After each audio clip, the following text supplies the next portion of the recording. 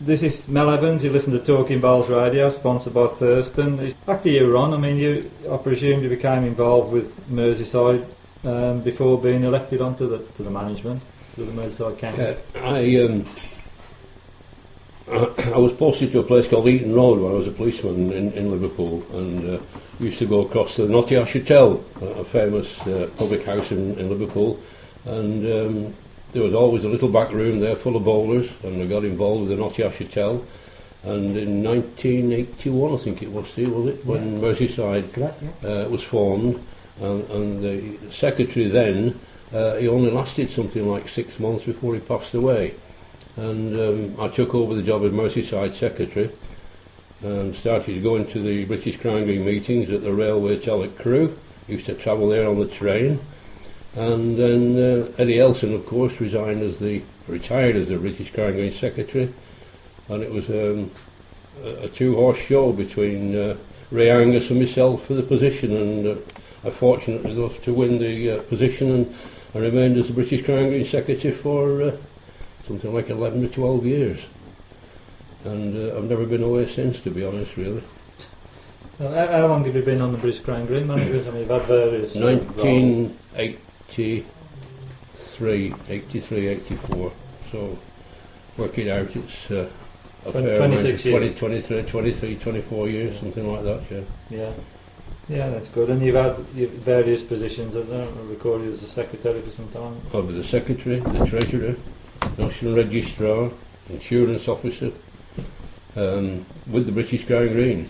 Yeah. And then deputy president and president. But I think There's not much else left to do. I think I've done every other job I think there is to do in bowls, in league secretaries, league treasurer, club secretary, club treasurer, and so on, county secretary and county treasurer. So there's not much else to do really. So hard working. Yeah. Well, it's enjoyable, isn't it? Really, you know. You wouldn't do it if you didn't enjoy it, would you? Just going back, he was elected president on, I think it was 17th of January, Ron. I hear your acceptance speech was well received. There were some quite strong words in there. That's right, yeah, there was some strong words, and I took the oath on the British Crown Green handbook and said that the remarks of the president shall be the truth, the whole truth, and nothing like the truth. And it went down very, very well, really, because I don't think these situations should be very serious. I think you've got to throw a little bit of humour into it, really, and it keeps people interested, doesn't it, really? Yeah, true. I mean, you commented in your speech that you felt the game had, I think, not moved forward for something like 30 years. Did you feel that's well, it's moved forward in some respects, but from a playing point of view, I don't think it has moved forward. There aren't a lot of bowlers around these days who play the game of block and block, as I call it. And block is someone that's got their own set of bowls with their own jack. Now, in those days, everybody played with wooden bowls, and the bowls were of various weights and sizes, from a 2 bias to 2 full bias, 2 full bias strong, 2 1/4, 2 1/4 bare, 2 1/2, 3s, and so on and so forth. Some bowlers, they played on the panel, they played with size 5 as well, they turn corners, bowls like that. But you had your own jack. Some of the jacks, it's all about the standard size of the standard jack these days. Some of the jacks were like peas, not much bigger than the Mint Imperial, some of them really. But it was an interesting sort of game, and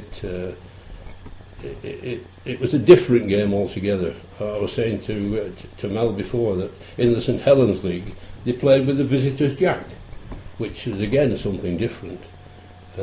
But it would be nice really if during the course of this year we couldn't get a competition together, played under the old rules, under the old bowls. The difficult would be, of course, getting the sets of bowls and the jacks for players to compete with, because let's face it, today you go on the green and you're playing an opponent with an identical set of balls to yourself, and it's just a question of being on the road and far enough, isn't it, really, these days? No more than that. Yeah. Target balls. I mean, target balls. I played target balls, yes. I've still got mine. I mean, I played a few block and block things. I mean, the first time I ever played, I dropped on Vernon Lee, and he played with some bowls at about 4 boys up down the edge of a green at the moment and I haven't got a clue where he was going. But it is interesting, and I think the game does need perhaps a few slight innovations and perhaps need to reinvent itself a little bit. I mean, last year we had this tournament with people who were playing with 3 bowls, and perhaps if the British Crown Green would allow the odd competition, Well, with a quirk in it, I'm sure the guys on the panel wouldn't mind putting on a block and block competition for the old sake, if you like, from the olden day. You need a different skills with block and block than you do playing with a standard jack. I say another one. In the old days, nowadays you've got to show the standard block. Very, very few people show the standard jack. They just say finger or thumb, whatever it might be. You didn't have to tell them in those days.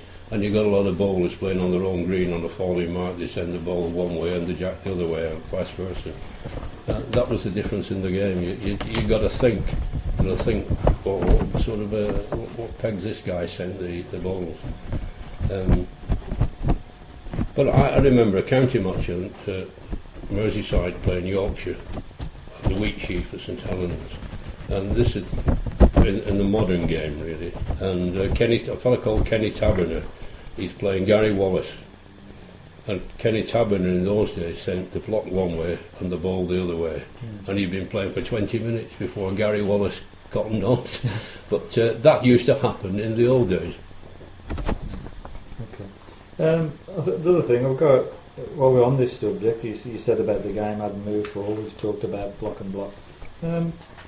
Who would you say is to blame for this? I mean, in the 70s and 80s, that the sport was really much more high profile. We got several events on mainstream television, and I think there was probably more £1,000 first prizes then, 20 years ago, than there is now. I mean, do you think perhaps the British Crown Green stood still a bit, thought we've made it now, instead of sort of driving it forward from there? Well, I'm going to put my head in the noose here really, and I think it was basically the southern counties of the British Crown Green that always played with standard block.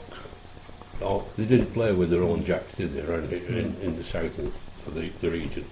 And they convinced the rest of the members of the British Crown Green that the way forward was with standard jacks, and then it's just developed from there. And people in the north had to conform to the new rules, and it's just gone on from there. I mean, as I say, we're on about the game sort of standing still. We spoke about the jack situation, but I mean, we used to have a lot of big money sponsored in the sport, high-profile companies, and the Embassy and John Player and ATS, Epworth Taylor. And we seem to have lost those. I mean, what efforts have been done by the British Crown Green to sort of get those sort of big money deals back? I mean, do you think we sat still? It's not been down to me to get sponsorship as an individual. It's down to the association, and I'm afraid they tried very, very hard, but without a lot of success. We've got padders that do the All England or the British Crown Green Merit. You don't say All England, well, Mel Hyam's listening. And then we've got the Don and Beryl Cook, who sponsor the Champion of Champions, and Ensley, who sponsor the county championship, and that's about it really. We're really struggling for good sponsors.